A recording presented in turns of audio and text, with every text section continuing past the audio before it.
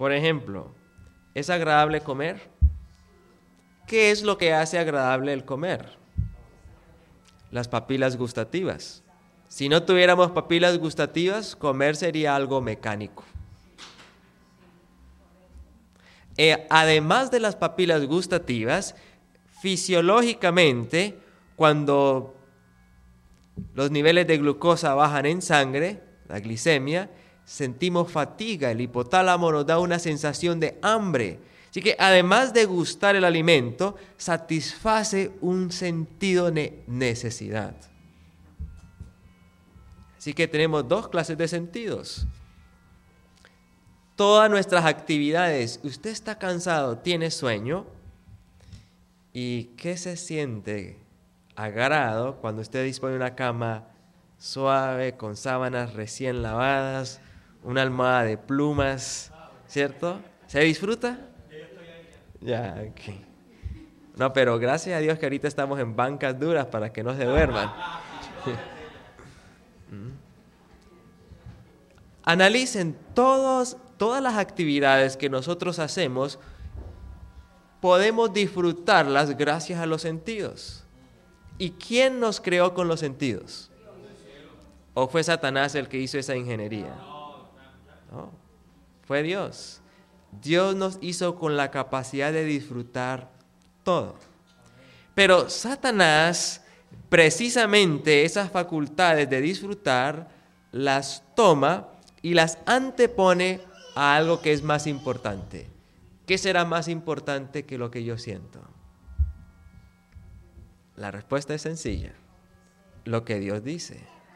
Y por eso Jesús le contestó a Satanás en el desierto, después de 40 días de ayuno, teniendo hambre.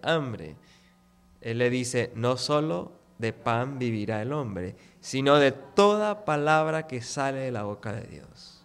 Tremenda declaración. Aceptarla requiere fe. En una ocasión, acompañando a mi papá en un viaje misionero,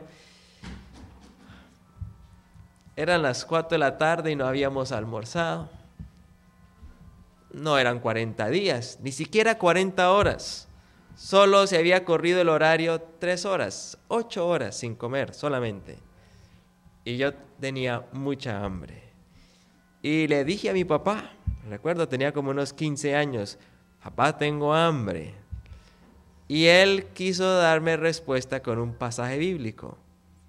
No solo de pan vivirá el hombre, me dijo. Y yo le contesté y mi respuesta le produjo tristeza. Yo recuerdo que le dije, no solo de pan, sino de arepa, sopa, yuca. Y él agachó el rostro y se quedó callado. Con 3 horitas de ayuno, vuele la palabra para otro lado, ¿sí? Esa es la realidad nuestra.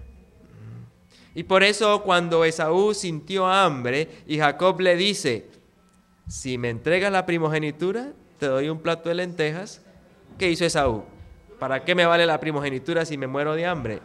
Deme las lentejas, no me importa la primogenitura. Y ese acto de Esaú ilustra nuestra experiencia humana. Nosotros arrojamos a un lado la palabra de Dios por lo que siento, lo que siento. En todas las áreas. Bueno, piensen en un momento en sus matrimonios. Y aquí hay que hablar en matrimonios plural, porque hoy en día en nuestra cultura moderna es el primer divorcio y el segundo divorcio y hasta el tercer divorcio. Piensen en su experiencia matrimonial. ¿Cómo entró usted en esa institución? ¿Cómo? ¿Por la palabra o por los sentidos? Y quizás hubo alguien que Dios utilizó para tratar de indicarle, por ahí no es. Es probable que haya habido. Pero el consejo de la palabra frente a lo que usted estaba sintiendo, ¿qué fue más fuerte? El sentimiento. Porque para nosotros el sentimiento es la verdad. Lo que siento es la verdad. Y todo aquel que cree que lo que siente es verdad, es un espiritista. ¿Sí? Y el engaño final de Satanás sobre este mundo es el espiritismo. En su forma más avanzada, en su forma más cruda, podemos ilustrarlo así. Una persona pierde un ser querido y no quiere aceptar esa realidad. Él quiere seguir sintiéndola, oyéndola, creyendo que le escucha. Y por no querer renunciar a ese sentimiento, finalmente, ¿a quién escucha? Y termina creyendo que los muertos sí oyen. Porque él quiere creer eso. Porque él se resiste a aceptar el hecho de que ya no sabe nada, los muertos nada saben. Se resiste. Y nosotros los adventistas somos vulnerables también. Mientras usted no haya perdido un ser querido, fácil creer en la no inmortalidad del alma. Pero pierda un ser querido, a ver qué empieza a suceder. Y entre más cercano, y haya habido más cariño, y de repente alguien le ofrezca la oportunidad de volverlo a ver o escuchar. Y ese deseo, esa esperanza, ¿a dónde nos lleva? A no creer en la palabra, sino creer en los sentidos. Es la base del espiritismo. La primera sesión espiritista fue en el jardín del Edén. El medium fue una serpiente.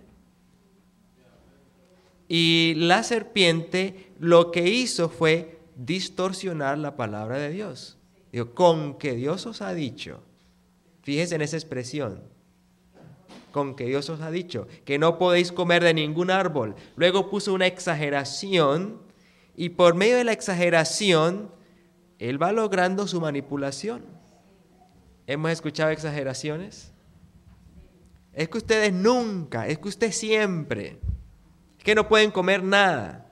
Y toda esa serie de expresiones hallan eco en Satanás, distorsionando la palabra de Dios y estimulando a usted a que actúe por sus sentidos.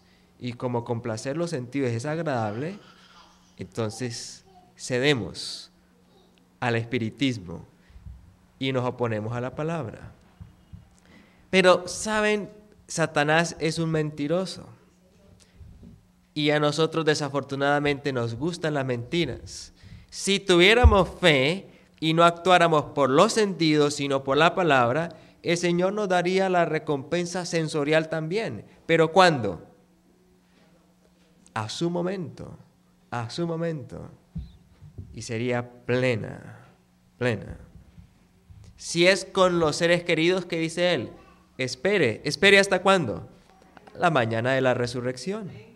No queremos esperar. Cuando llegamos al área emocional, el Señor dice, espere a que yo le indique el momento y la persona. Pero no queremos esperar. Es el mismo principio del espiritismo. No queremos esperar, queremos sentir ya. Y entonces, ¿qué sucede? Los desastres emocionales.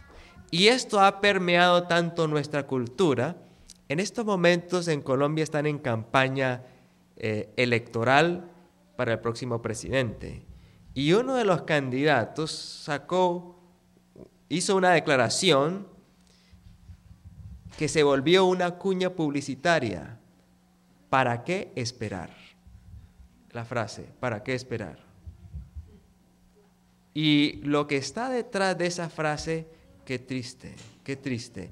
¿Para qué esperar? Si yo soy presidente, voy a poner a disposición